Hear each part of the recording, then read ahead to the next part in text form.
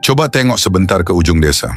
Di sanalah hidup para petani, bangun sebelum ayam berkokok, turun ke ladang saat embun masih menggantung, dan pulang dengan punggung basah oleh keringat. Tapi belakangan ini, ada cerita yang bikin hati sesak. Petani cabai di dataran tinggi mengeluh, panennya melimpah, tapi harga jualnya malah bikin lesu. Rp6.000 per kilo bang, nggak cukup buat beli bensin ke kota.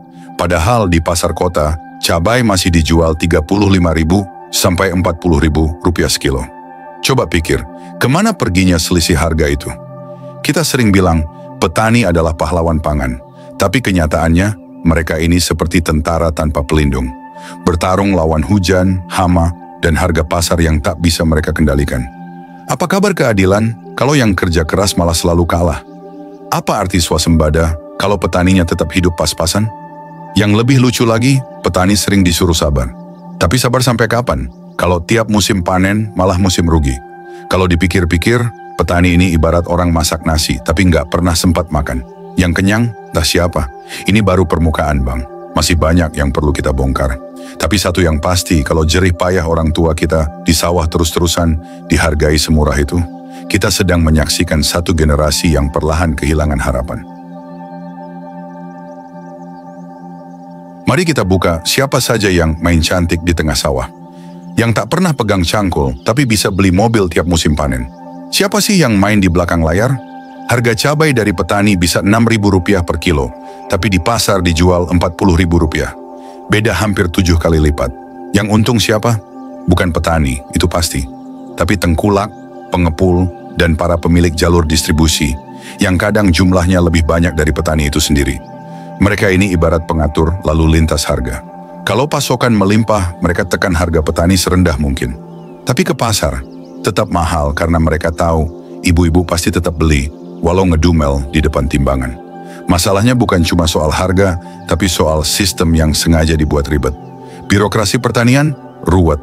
Akses ke koperasi, sulit. Subsidi, kadang lebih cepat nyampe ke yang nggak butuh. Dan lucunya, petani ini paling jarang protes. Kenapa? Karena mereka terlalu sibuk cari makan buat besok pagi. Di saat yang lain sibuk rapat dan selfie di lahan, petani sibuk mikir, besok mau jual ke siapa ya? Kalau begini terus, jangan heran kalau anak muda makin ogah turun ke sawah. Buat apa? Capek iya, rugi pula.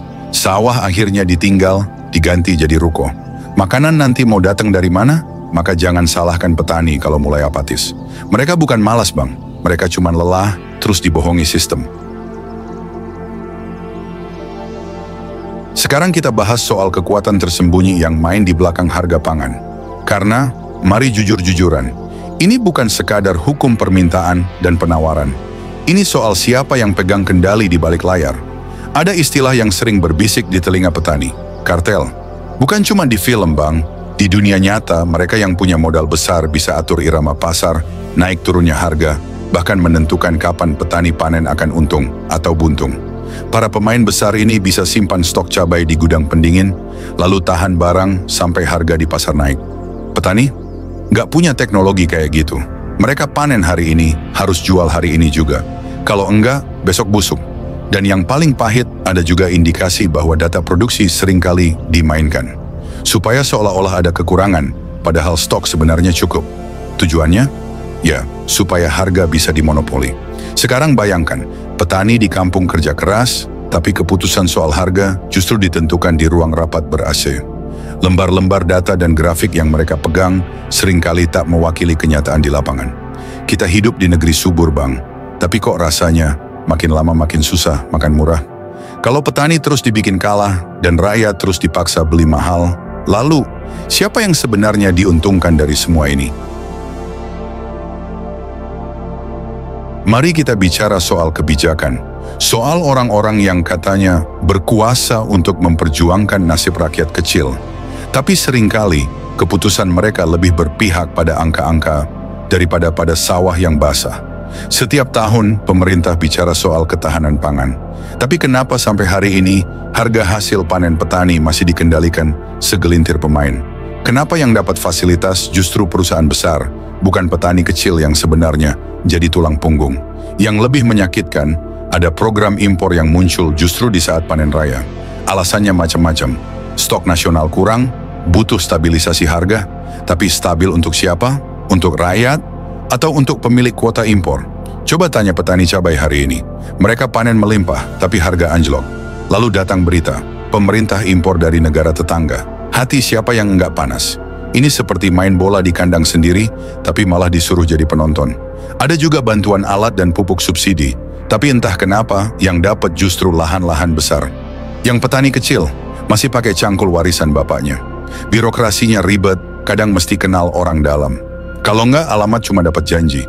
Semua ini membuat kita bertanya, benarkah negara hadir untuk petani, atau negara cuma hadir saat panen sukses, buat potong pita dan foto bareng? Kita sampai di ujung cerita, Bang. Tapi ini bukan akhir. Ini cuma awal dari kesadaran baru. Sebab kalau bukan kita yang buka mata, siapa lagi? Petani kita bukan pemalas. Mereka bangun sebelum matahari terbit, pulang saat langit sudah gelap. Tapi mengapa hidupnya tetap serba pas-pasan? Jawabannya bukan karena mereka tak bekerja keras, tapi karena sistem yang tak pernah adil sejak lama. Bayangkan, harga cabai di pasar bisa sampai 60.000, tapi petani cuma dapat 5.000 per kilo. Di mana logikanya? Siapa yang makan untung paling besar? Tengkulak, distributor, atau mereka yang punya kuasa dan bisa atur angka di balik meja? Lucunya lagi, ketika harga naik di pasar, yang disalahkan adalah petani. Padahal petani tak pernah pegang kendali. Mereka hanya bisa menjual hasil panen secepat mungkin, karena kalau kelamaan, busuk. Tapi publik tak tahu itu. Media juga jarang cerita dari sisi petani. Dan ibu-ibu rumah tangga, mereka juga teriak karena belanja makin mahal. Ini bukan cuma soal petani. Ini soal seluruh rakyat yang jadi korban sistem distribusi yang tak berpihak. Pemerintah bilang ingin swasembada, ingin bantu petani. Tapi realitanya, petani masih beli pupuk mahal, alat terbatas, akses modal ribet, bahkan kadang disuruh tanam sesuai program, bukan sesuai kebutuhan pasar. Lalu muncullah perantara besar yang bisa atur permainan. Mereka bisa simpan stok, bisa tunggu waktu tepat, lalu jual dengan harga tinggi. Petani tak punya pilihan. Kalau nggak jual hari ini, hasil panennya bisa terbuang sia-sia. Dan akhirnya, yang kerja keras cuma dapat sisa. Pertanyaannya sekarang, mau sampai kapan begini? Kalau petani terus diam dan masyarakat terus apatis, sistem ini nggak akan berubah.